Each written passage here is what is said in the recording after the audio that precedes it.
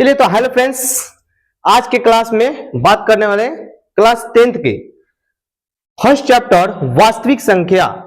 इसका जितना भी प्रीवियस ईयर क्वेश्चन है, सभी क्वेश्चन आज आपके सामने हैं। ये क्वेश्चन हम लोग साथ मिलकर सॉल्व करेंगे और हर क्वेश्चन ट्री के साथ आसानी सॉल्यूशन से उसके साथ साथ आप लोग सॉल्व कीजिएगा, उसके बाद हम सॉल्व करेंगे। चलिए कौन कौन लाइव आ गया देख रहे हैं? हाँ चलिए, शिवम कुमार, चलिए चलिए चलिए शुरू करते हैं बिना देर किए हुए। चलिए तो मेरा फर्स्ट क्वेश्चन देखिए क्या बोल रहा है। ये आपका क्वेश्चन है, देखिए यहां पे ना 2021 में क्वेश्चन पूछा है। क्वेश्चन आपका बोल क्या रहा है, चलिए क्वेश्चन बोल रहा है ना, किसी पूर्णांक p के लिए सम, यहां पे क्या बोल रहा है देखिए तो सम पूर्णांक, यानी सम मतलब क्या होता है, जो 2 से पूरा पूरा भाग लग जाए। क्या ये 2 से पूरा पूरा भाग लग सकता है? नहीं। क्या ये 2 से पूरा पूरा भाग लग सकता है? नहीं। ये लग सकता है? नहीं। ये 2 है ना, तो आपका आंसर क्या हो जाएगा? ये हो जाएगा, ठीक है। क्योंकि सम संख्या क्या होता है, जो 2 से पूरा पूरा भाग लग जाए। देखो इसमें कोई है नहीं है, तो ये आपका आंसर हो जाएगा। चलिए नेक्स्ट क्वेश्चन देखते हैं। 2 नंबर क्वेश्चन क्या बोला, चलिए बनाइए तो। 2 नंबर क्वेश्चन बोला है, निम्नलिखित में से कौन सी सबसे छोटी प्राकृत संख्या है? अब आप लोग का प्राकृत संख्या पढ़ा है ना, प्राकृत संख्या किसे कहते हैं? गिनती की संख्या को क्या कहते हैं? प्राकृत संख्या कहते हैं। तब गिनती क्या होता है? 1 2 3, ये आपका शुरू होता है गिनती। तो आप तो बता सकते हैं प्राकृत सबसे छोटी प्राकृत संख्या क्या है? 1 है। तो इसमें 1 क्या दिख रहा है? 1। अब इससे आसान क्वेश्चन क्या हो सकता है बताइए? ये आपका पूछा है 2022 में क्वेश्चन, क्या इससे भी आसान क्वेश्चन हो सकता है? तो आइए देखते हैं। अब देख रूट 12 का परिमीकरण बोल रहा है। रूट 12 का गुणांक मतलब देखिए आप क्या लिख सकते हैं बताइए तो, यानी 2 दूनी के 4 गुने 3, यहां पे ना 4 होगा ना, तो आप 4 के अगर बाहर निकालें तो 2 रूट 3 हो जाएगा। क्या 12 के अगर गुणांक करेंगे मतलब अलग अलग निकालेंगे तो ये क्या क्या हो जाएगा? 2 रूट 3 हो जाएगा। इसमें कोई दिक्कत नहीं। चलिए ये देखिए तो इसका क्या हो रहा है, 130 और 15 का आपका बताइए इसमें से मतलब कौन सा। अब ऐसे देखिए ना, भाग मतलब किस किस के पारा में बताओ। ये 5 है ना, इसी के पारा में 130 भी और 15 भी है, क्योंकि देख लो 3 5 तितरी का 3 दूनी 6, यहाँ पे 5 दूनी 10 और क्या बचा 3, तो 6 5 30, 26 बार में ये कट गया। ये पंक्ति है 15, 3 बार में, तो दोनों कट जाना है 5 से, तो आपका आंसर क्या हो जाएगा? यही हो जाएगा। क्या इससे आसान तरीका हो सकता है? देखिए तो ये क्या बोला, यूक्लिडियन विभाजन एल्गोरिथम दो धनात्मक पूर्णांकों के निम्नलिखित में से किसे परिकलित करता है? तो आपका महत्तम से अपवर्तक से परिकलित करता है।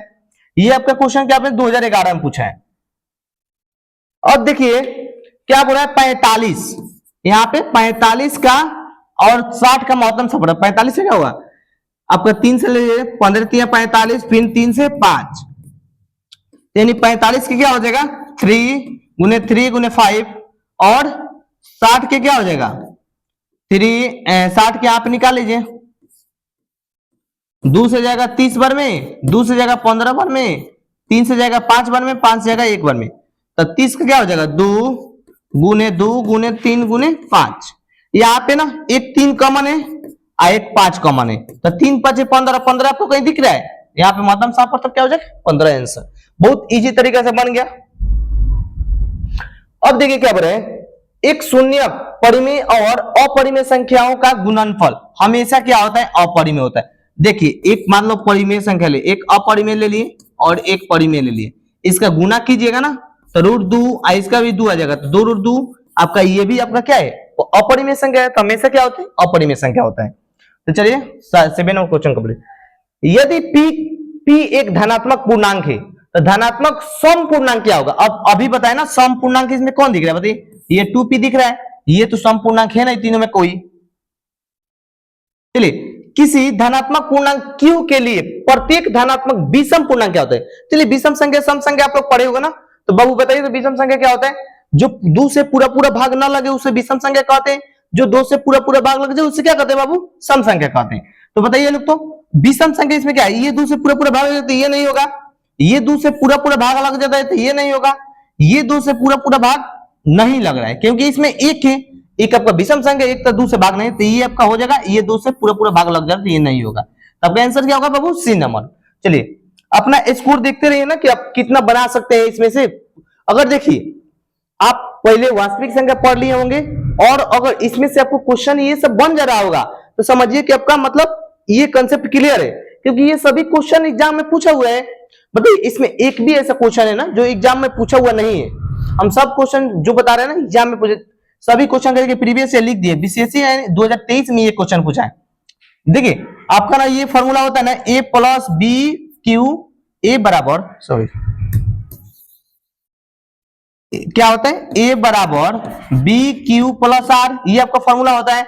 ए का मान दिया है कितना 72 और यहां पे क्यू का मान दिया है 8, बी सेम रखिए, बी सेम रखिए, क्यू का मान कितना दिया है 8 दिया है और आर के मान क्या दिया है 0, तो यहाँ पे 0 लिख देंगे। तो यानी क्या हो जाएगा बताइए, तो ये बाटा में चलेगा, ये तो 0 हो गया, यानी बाटा में चला तो बी बराबर 72/8, 8 9 72, बी का मान कितना आ गया 9 आ गया।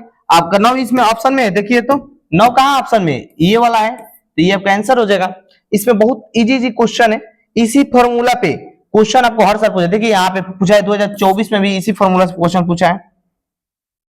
तो देखिए ये क्या बोल रहा है, ये भी वही फॉर्मूला पे ए बराबर बी क्यू प्लस आर, यही फॉर्मूला पे क्वेश्चन, ये फॉर्मूला पर ना क्वेश्चन काफी आपका एग्जाम में ऑब्जेक्टिव और सब्जेक्टिव से भी क्वेश्चन पूछता है।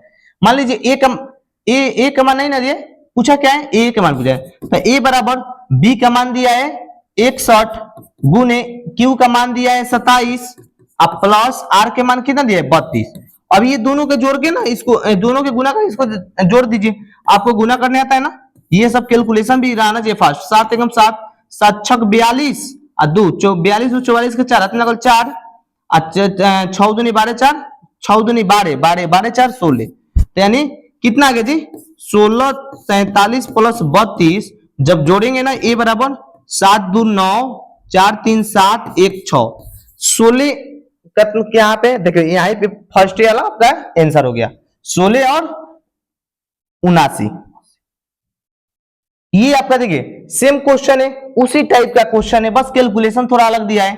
तो ए बराबर ए का मान आपको पूछा है, इसमें भी डायरेक्ट बना रहे हैं क्योंकि आपका तो फॉर्मूला कितना बार लिख दोगे बाबू। तो ए बराबर 43, बी का मान 43 दिया है, क्यू का मान 31 दिया है, अब प्लस आर के मान 32 दिया है। तो क्या आप गुना नहीं कर सकते हो क्या मिश्रा जी, गुना नहीं कर सकते हो आप? तो आराम से कर सकते हो।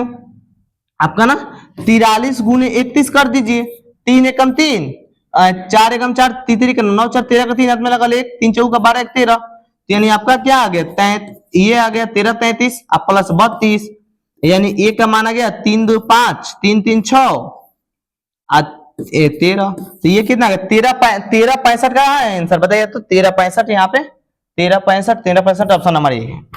ठीक है, आप ना लास्ट में कमेंट करके बताइए कि आप कितना सही बना पाए हैं इसमें। देखिए यदि भाग एल्गोरिथम वही फॉर्मूला पे क्वेश्चन है, ए का मान पूछ रहा है, तो ए बराबर बी का मान दिया है 4, क्यू का मान 5 और प्लस आर के मान 1, तो यानी ए बराबर 5 का 20 21 21 कहाँ दिया जी। ये इतना इजी क्वेश्चन पूछा है, आप अगर आपसे ये नहीं बनेगा तो फिर क्या बनेगा। चलिए ये क्वेश्चन का आंसर बताइए, तो 1 मिनट का समय है, जल्दी बताइए। तो देख रहे हैं ऑप्शन में, देख रहे हैं कौन कौन बता रहे हैं। चलिए हाँ चलिए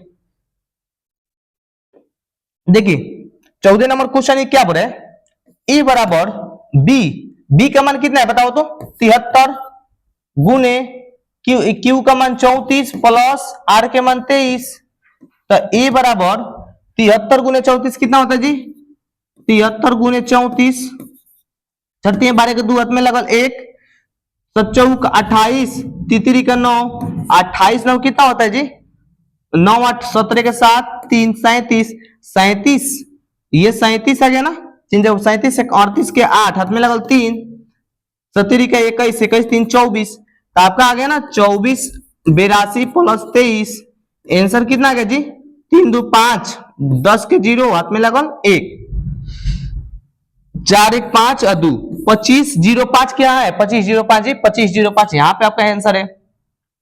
इतना सिंपल क्वेश्चन है।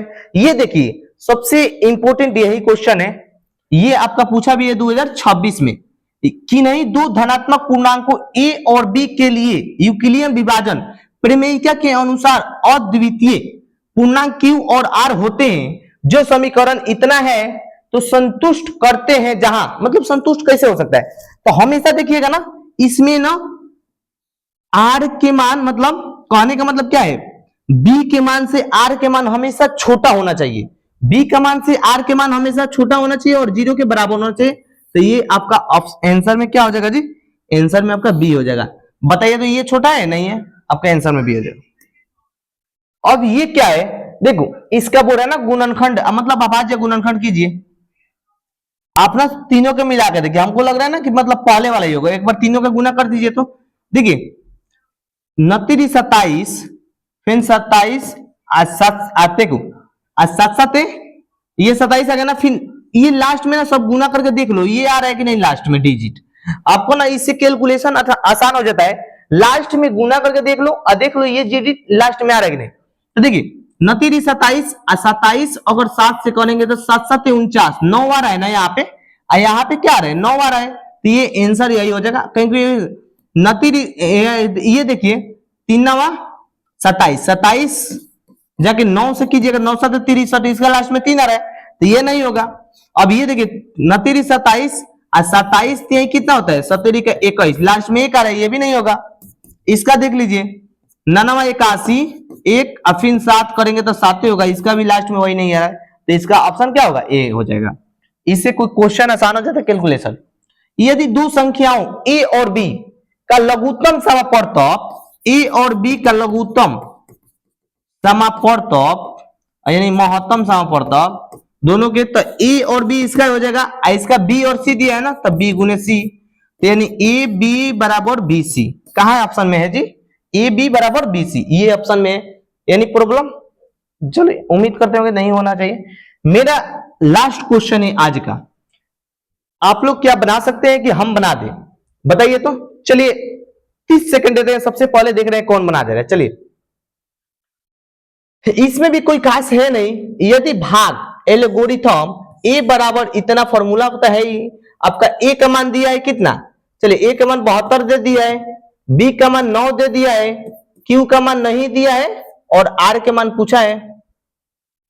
आर के मान क्या पूछा है प्लस में, आर के मान आर बराबर क्या दिया है जी, ना क्यू का मान दिया है ना आर के मान दिया है, पूछा क्या है जी आर के मान पूछा है ना। यहाँ पे ए का मान दे दिया है और बी का मान दे दिया है ना, ए का मान इतना बी का मान इतना, मान लीजिए क्यू का मान क्या हो सकता है जी, क्यू का मान तो दिया ही नहीं इसमें, इसका ना थोड़ा सा मिस्ड प्रिंटिंग है यहाँ पे हुआ है, कोई छूट गया, ठीक है। तो चलिए ये क्वेश्चन अगले जो क्लास होगा उसमें करा देंगे। चलिए आप लोग जरूर कमेंट में बताइएगा कि 18 को में कितना आपको सही होगा, सही हुआ इसमें, ठीक है। उससे आपको अगर जिस लड़का का 15 से मतलब 15 के आसपास सही है तो समझिए उसका मतलब इस चैप्टर पे पकड़ है, अगर जिसका उससे कम है ना तो समझिए इस चैप्टर पे उसको पकड़ नहीं और मेहनत करना पड़ेगा। चलिए और फिर आप लोग अंत तक वीडियो देखिए और चैनल को सब्सक्राइब करिए अगर चैनल पर नए हैं तो, और देखिए ज्यादा से ज्यादा अपने दोस्तों के साथ शेयर कीजिए। आपको एग्जाम तक आपको काफी इंपॉर्टेंट जो भी टॉपिक है ना सभी कराया जाएगा और बेसिक से कराया जाएगा। चलिए थैंक यू।